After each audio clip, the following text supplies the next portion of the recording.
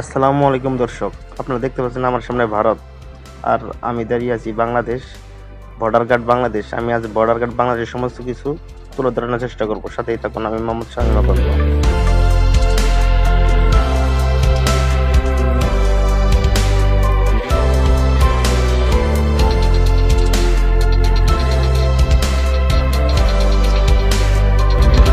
সিলেট শহর হতে বাস, private car, CNG যাওয়া যায়। সিলেট শহর হতে বেআইনীবাজার উপজেলার যাবার পূর্ব শেওলা সেতুর পার হয়ে দুবাগ পয়েন্ট হতে পূর্ব দিকে আনুমানিক 4 কিলোমিটার দূরত্ব সুতারকান্দি স্থলবন্দর অবস্থিত। এটি বেআইনীবাজার উপজেলার দুবাগে ইউনিয়নের অন্তর্গত। এটি বেআইনীবাজার উপজেলা থেকে প্রায় 14 কিলোমিটার দূরত্ব অবস্থিত।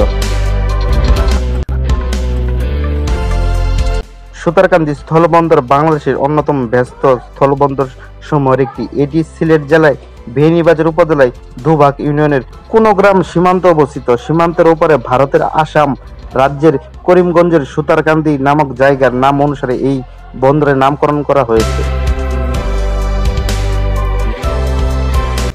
ভারতের আসাম রাজ্যের সাথে ব্যবসা বাণিজ্য ও দু দেশের জনগণের কিছু অংশ এই সীমান্ত দিয়ে যাওয়া আসা করে।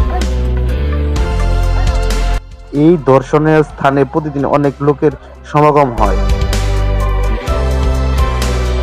যেমন ভারত থেকে কয়লা, পাথর, পেঁয়াজ, রসুন, আদা নিত্য প্রয়োজনীয় দ্রব্য বাংলাদেশে আমদানি করা হয়ে থাকে। বাংলাদেশ থেকে প্রতিনিয়ত বিভিন্ন প্রকার খাদ্যদ্রব্য, হস্তশিল্প যেমন তাঁতের তৈরি দ্রব্য, বেতের তৈরি দ্রব্য, ফলমূল এবং কি যেমন পান পণ্যের যেমন চানাচুর, বিস্কুট, জুস ইত্যাদি সহ অন্যান্য দ্রব্যমূলক ভারতীয় রপ্তানি করা হয়ে থাকে। সবাই ভিডিওটা কেমন হলো, সবাই আমার ভিডিওটি লাইক, কমেন্ট, শেয়ার করে সাথে থাকবেন। আশা করি